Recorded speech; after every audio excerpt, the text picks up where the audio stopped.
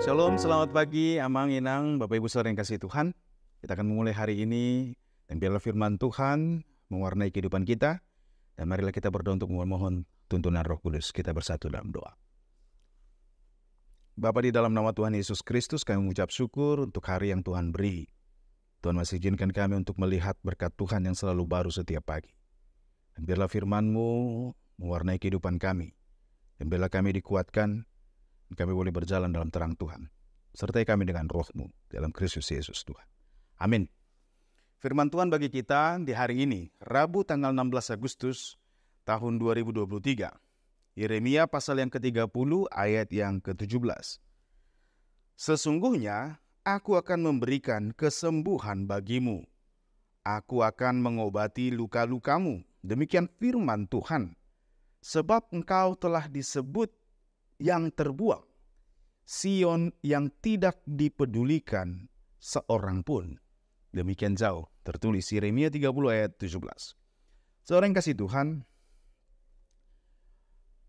mungkin kita bisa mengingat bahwa Nabi Yeremia adalah nabi yang berseru-seru meneriakkan tentang apa yang akan terjadi kepada bangsa itu jikalau hidup di dalam dosa. Dan Yeremia juga adalah nabi yang penuh dengan kesedihan. Selama proses dia menjalani panggilannya, menyuarakan suara Tuhan, dia dipukul, dia diejek, dihina, bahkan dipenjarakan. Tapi Yeremia menyaksikan kedegilan dan kebebalan bangsa itu mengakibatkan benar celaka itu datang. Bangsa pilihan Allah dibawa ke pembuangan. Yeremia menyaksikan itu. Dan dia tinggal di Yerusalem, tidak dibawa ke pembuangan.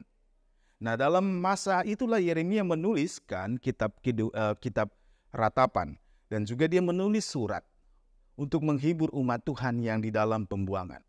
Nah, saudara yang kasih Tuhan, dalam nas kita hari ini adalah bagian di mana Yeremia menyerukan penghiburan dari Tuhan kepada bangsa yang sedang terbuang. Mari kita lihat Amang Inang, saudara yang kasih Tuhan. Apakah bangsa itu terbuang karena memang Tuhan sedang murka dan marah kepada mereka? Ya benar, Tuhan memang marah. Tapi sesungguhnya kalau kita perhatikan, ini bukan semata-mata karena Tuhan mau mendatangkan celaka atau Tuhan mau mengharapkan umatnya menjadi celaka. Tidak.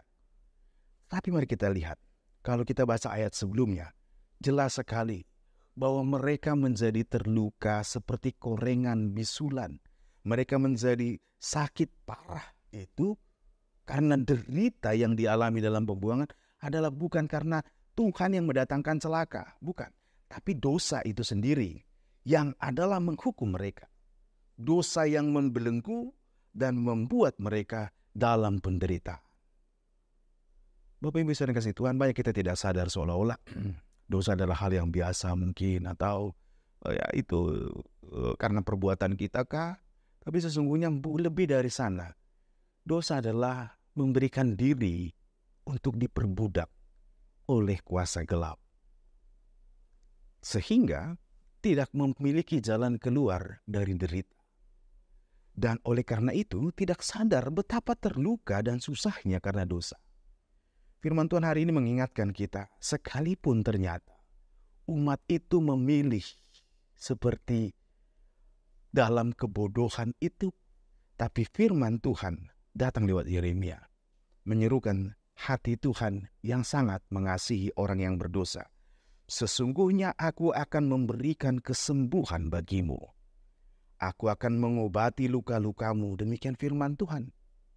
Sebab engkau telah disebut yang terbuang, yang tidak dipedulikan seorang pun. Bapak Ibu yang saya kasih Tuhan, mungkin ketika kita merasa kita mampu untuk mengelola hidup adalah milikku. Dan hidup hanya sekali. Hidup adalah milikku, urusanku. Tapi ternyata kita semakin jauh tenggelam dalam kegelapan. Dan ketika sadar, ternyata saya tidak diinginkan siapapun, tidak ada yang peduli, ternyata sakit sekali jauh dari Tuhan. Kesadaran inilah, disitulah Tuhan berfirman, sesungguhnya aku akan memberikan kesembuhan bagimu. Bapak Ibu saudara kasih Tuhan, firman Tuhan mau mengatakan kepada kita, Kita punya Allah yang sangat peduli, yang tidak akan meninggalkan kita. Karena apa? Ini bukan karena kehebatan kita ternyata. Dalam situasi berdosa, Tuhan mau menyembuhkan dan mau menyelamatkan. Itu adalah karena hati Allah yang penuh dengan belas kasih. Hati Allah yang mengasihi kita. Oleh karena itu, Bapak Ibu yang kasih Tuhan, kesembuhan adalah berasal dari Tuhan. Keselamatan dan kemerdekaan itu sesungguhnya bisa kita rayakan jikalau kita tetap tinggal di dalam Tuhan. Dengar firman Tuhan, ketika ditegur oleh suara Tuhan, berubahlah. Dan tetaplah tinggal di dalam Tuhan supaya kita tidak mengalami seperti yang dialami bangsa Israel. Harus dalam pembuangan dulu, baru sadar betapa membutuhkan Tuhan. Oleh karena itu mari kita ingat bahwa Tuhan telah menyembuhkan kita. Kita punya Allah yang adalah penyembuh. Allah yang memerdekakan, Allah yang menolong kita, yang setia ketika tidak ada yang setia kepada kita. Kita punya Allah yang benar-benar mengasihi kita.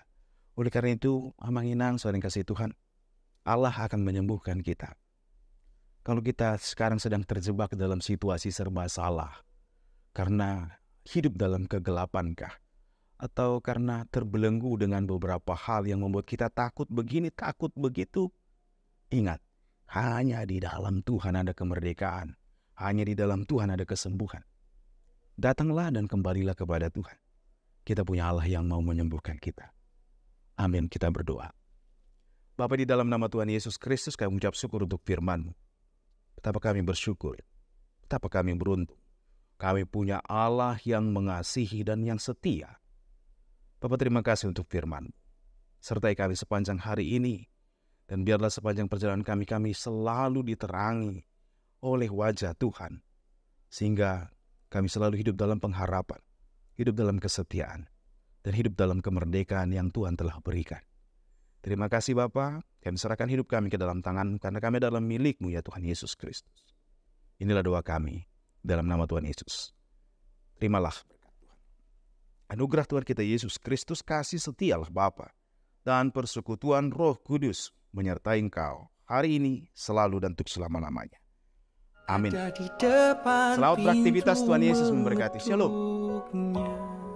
Dan kau buka untukku